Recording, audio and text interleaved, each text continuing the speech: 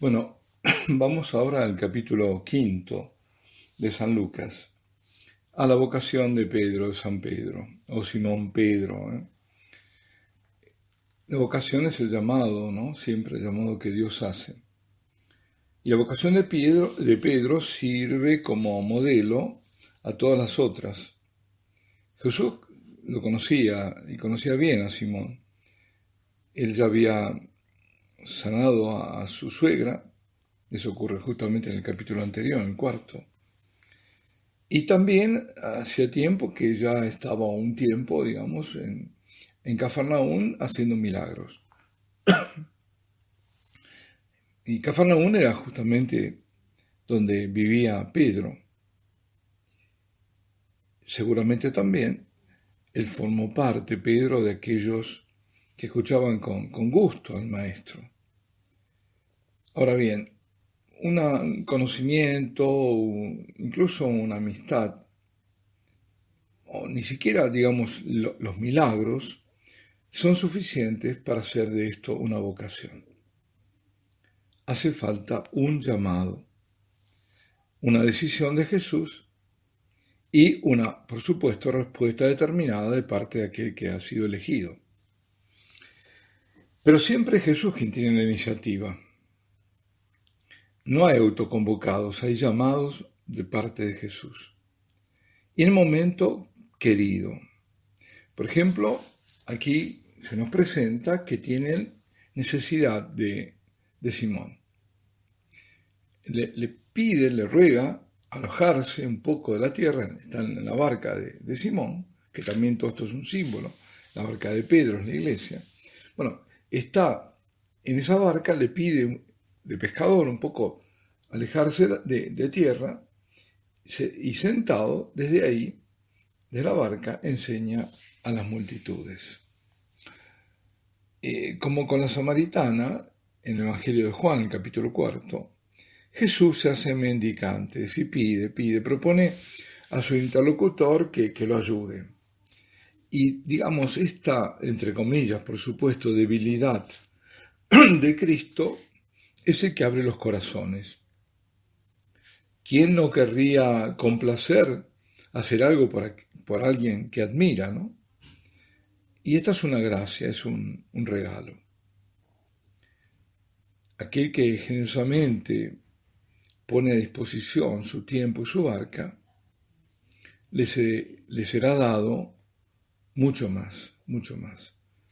Encontrará un nuevo sentido a su vida.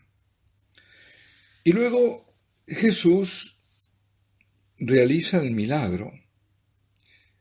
El milagro, que me refiero al milagro de la pesca milagrosa, que puede tocar a Pedro en su realidad humana de pescador. La pesca para Pedro era todo su universo, su sola riqueza, su dignidad. Gracias a, digamos, su talento, él podía, a través de este oficio, alimentar a su familia, tener una cierta posición social, porque era un pequeño empresario, no tenía una pequeña empresa, eran asociados con los hijos de Zebedeo, con Zebedeo, ¿no? Y era reconocido, tenía un porvenir, ¿no? Era alguien. Pero ¿qué pasa? Estaba decepcionado por una noche sin pesca, sin beneficio ninguno, y sin embargo, este aquí que tiene delante de él alguien que venera como maestro y que le da órdenes. Le da órdenes en su propio dominio, pues rema, va a meterse mar adentro, ¿no? Remar mar adentro para pescar. Y claro, él, pese a todo, hacer su oficio así, si sabe que no pescó nada y que no va a pescar nada, sin embargo, aún dudando, confía, manifiesta una humildad y una disponibilidad que le hacen abrirse a Pedro a nuevos horizontes. Y, y ahí va a recoger pescados que nunca tantos había recogido. Este prodigio, que no había ni siquiera imaginado, lo toca en su misión humana, en su manera de ver el mundo.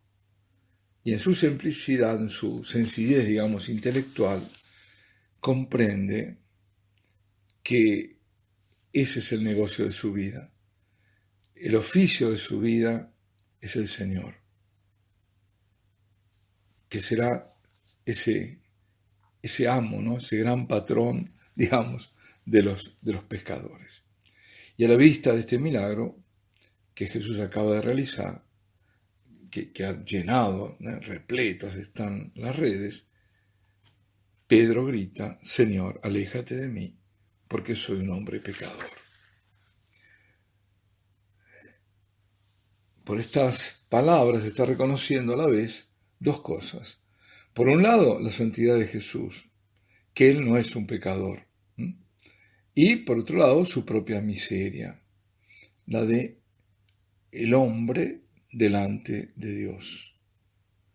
Es decir, y esto lo llena de miedo, de temor, de un cierto miedo. Es decir, y por eso se arroja a los pies de Jesús y le pide que se aleje. Pero, atención, le pide al Señor que se aleje, pero Él no huye, Él no escapa, como lo hizo Adán cuando se reconoció culpable y desnudo.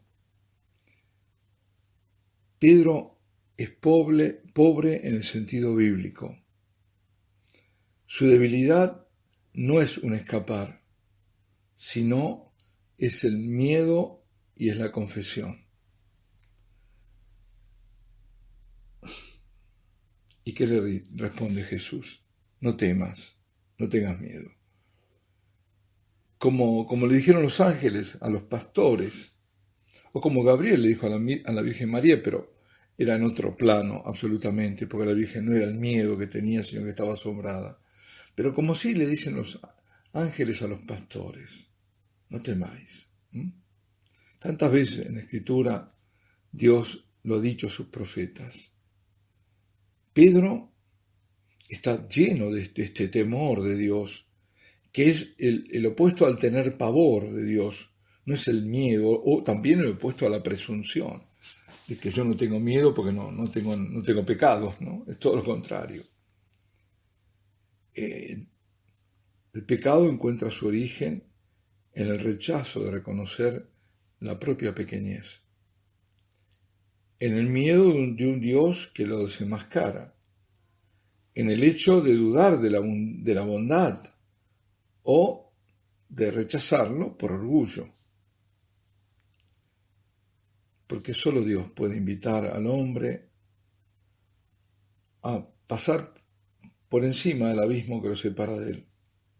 Es Dios que franquea ese obstáculo, es Él que arroja un puente entre su grandeza y nuestra miseria. El hombre tiene miedo de perderse, a veces respondiendo a su vocación, incumplir la voluntad de Dios. Miedo de no ser capaz, miedo de perder eso que hace que sea valoroso, digamos, que tenga valor a sus propios ojos. ¿Qué me va a pedir Dios? Entonces escapo. O puede ser de ser dependiente, o de llegar a agradecer a su Creador y Salvador. Desde el origen, la serpiente introdujo esa duda en el corazón de Eva. El antídoto a este veneno mortal es la fe en Jesús. Es una confianza total que nos apega, que nos une a Él. Porque el amor perfecto, como dice San Juan, expulsa al temor o al miedo. Es entonces que Pedro va a dar testimonio a partir de ese instante, Yo aquí podría agregar también a otra cosa, ¿no? El gran antídoto a la duda de Dios, a ese miedo, pero no que es el santo temor de Dios, es una cosa muy diferente. El santo temor de Dios es temer a ofender ese amor. y saberse, claro, pecador ante Él. Pero el otro, el tenerle miedo, ese que me va a pedir escaparse de Dios, eso se sana delante del Santísimo Sacramento, estándose ahí, delante de Él, simplemente. Desde ahora serán hombres que tú pescarás. Eso es lo que le dice Jesús a Pedro. El susto de Pedro es percibido por Jesús como una confesión de fe. Él puede, de ahora en más, llamarlo a su servicio. Y mientras Pedro confiesa su debilidad y la grandeza del Mesías, Jesús le responde con una gran delicadeza. Reconociendo la capacidad del pecador, lo pone justamente, le da una dignidad, una dimensión nueva. Pedro seguirá siendo el que es, pero en otro nivel. Cristo no niega nada de nuestra humanidad, no la niega, sabe cómo somos y de qué estamos hechos, de nuestras capacidades y de nuestras debilidades. Su vocación consiste a darles otro objeto, un objeto espiritual. Y así nosotros no perdemos nada de nuestra dignidad, pero podemos volvernos colaboradores del Salvador, estar a su servicio con los dones recibidos del Padre. Dejando todo, ellos lo siguieron, dice Lucas, hablando de los 4 primeros discípulos, ¿no? Pedro, Andrés, Santiago y Juan. Porque Simón era el líder de esa compañía, Zebedeo hijos. Y dirigiéndose al jefe, Jesús también lo está haciendo con los otros 3, que los llama también. Simón era una autoridad para ellos, y él permanecerá así también después de la resurrección de Pentecostés. Y ellos todos abandonan todo porque en su corazón eran ya pobres. Ellos no tienen nada que prefieran al amor de Cristo, dirá San Benito. En el instante donde responden a este llamado, ellos son los que siguen a Jesús. Ellos se han vuelto sus discípulos. De ahora en más, viven de Él y por Él y para Él, como las ovejas que siguen a su pastor. Otros, en cambio, no tendrán ese coraje y jamás podrán ser sus discípulos. Alabado sea Jesucristo, sea por siempre bendito y alabado.